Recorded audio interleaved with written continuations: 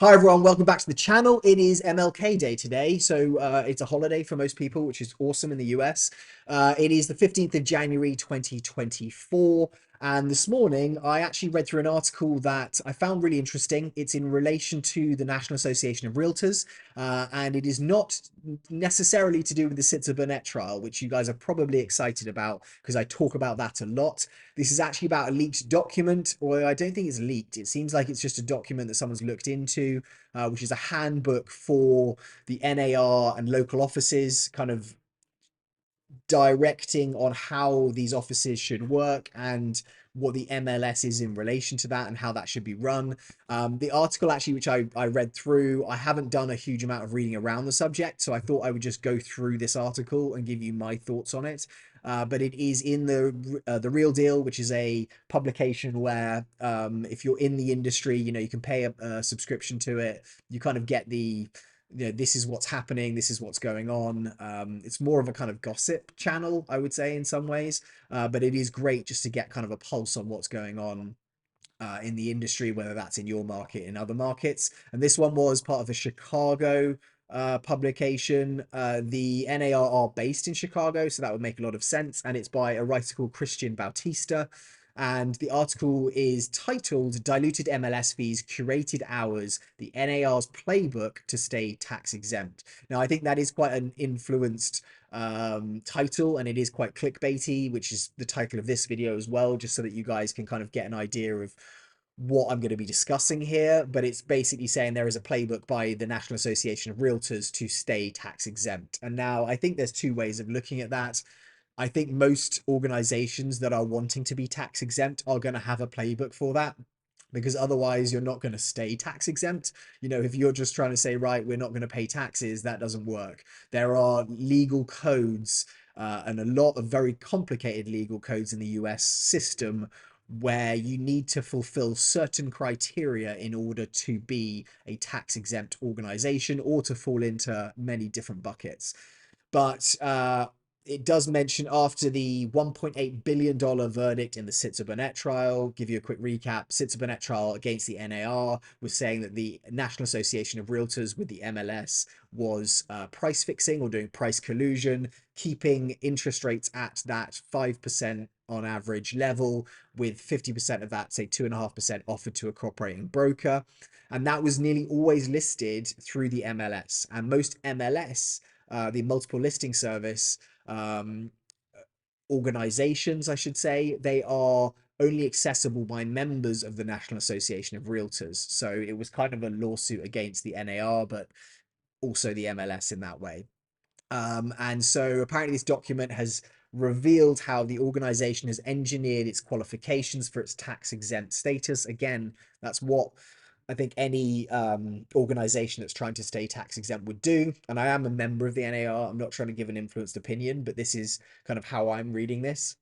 So it includes keeping earnings from its MLS to a point close to break even. Now, I know a lot of companies do this. They want to operate at no profit if they can to grow the company. So I know that there are friends of mine who own companies, and if they are making a certain amount of money per year, instead of paying tax on that money, it makes more sense to invest that money into other things in the business so that they are actually growing their business for the next year to a point where they will take a profit.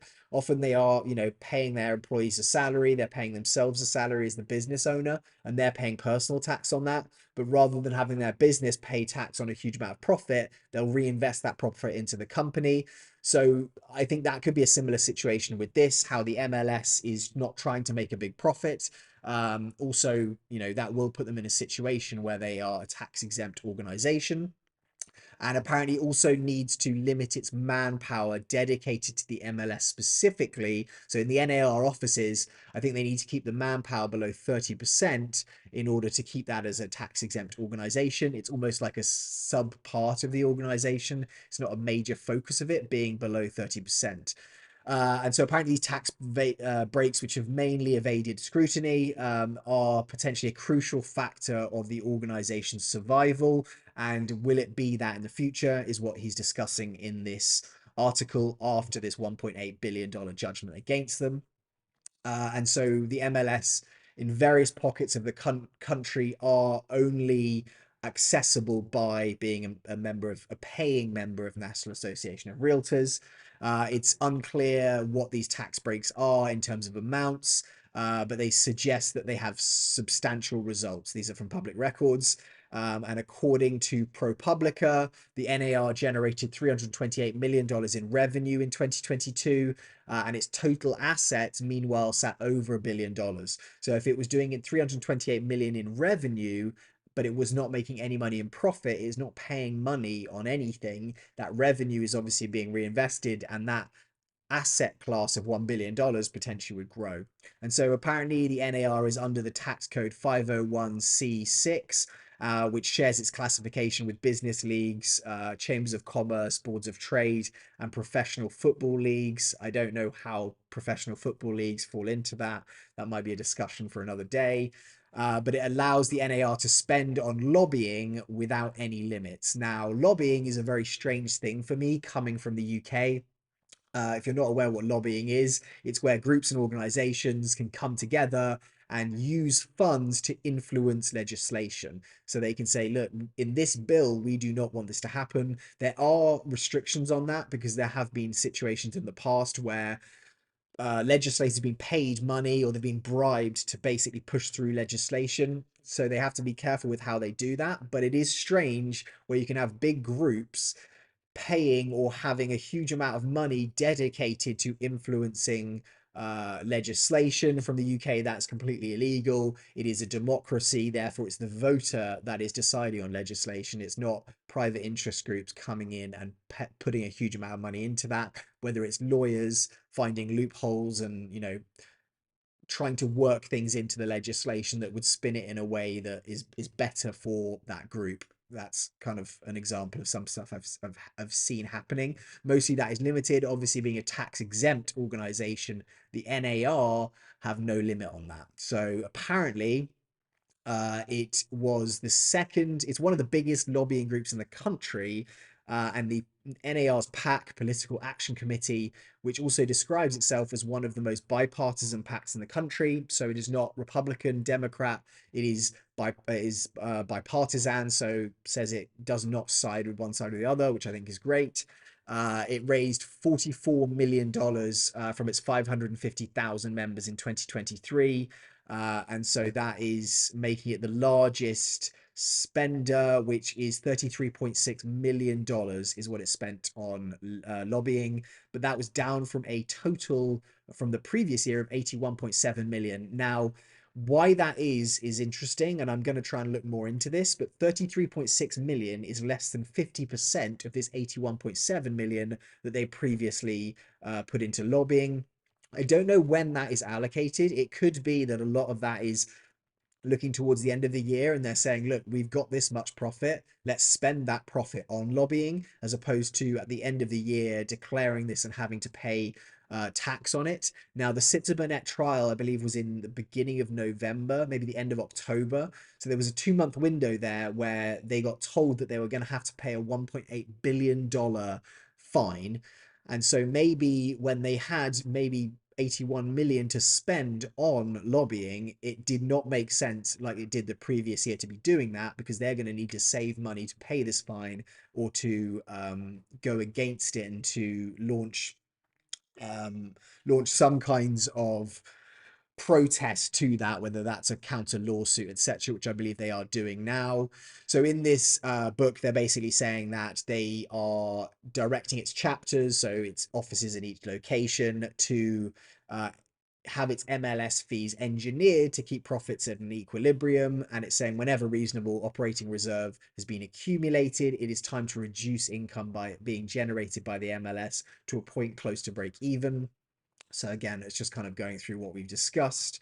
And it is saying it should not be a primary source of funding for the NAR office there. And it also has to have a reduction or elimination of service fees, listing fees, or subscription charges are made necessary to keep that MLS at that point.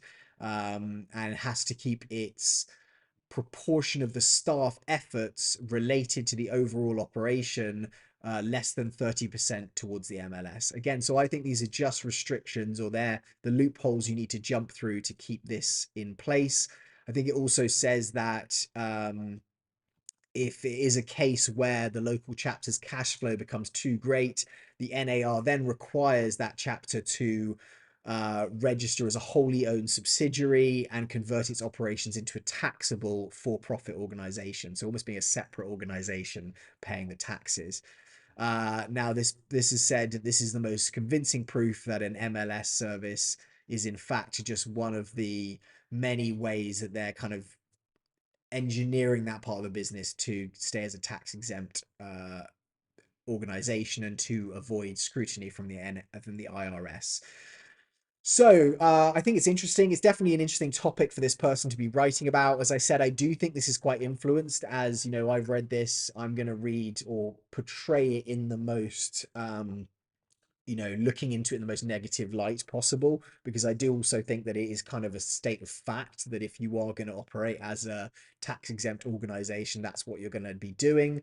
But it obviously does show that the NAR is positioning itself primarily with lobbying or staying tax exempt and using those dollars it's earning in revenue in the most effective possible way, not to be paying taxes, but to influence legislation, to grow itself as an organization across the country and become more and more powerful and successful.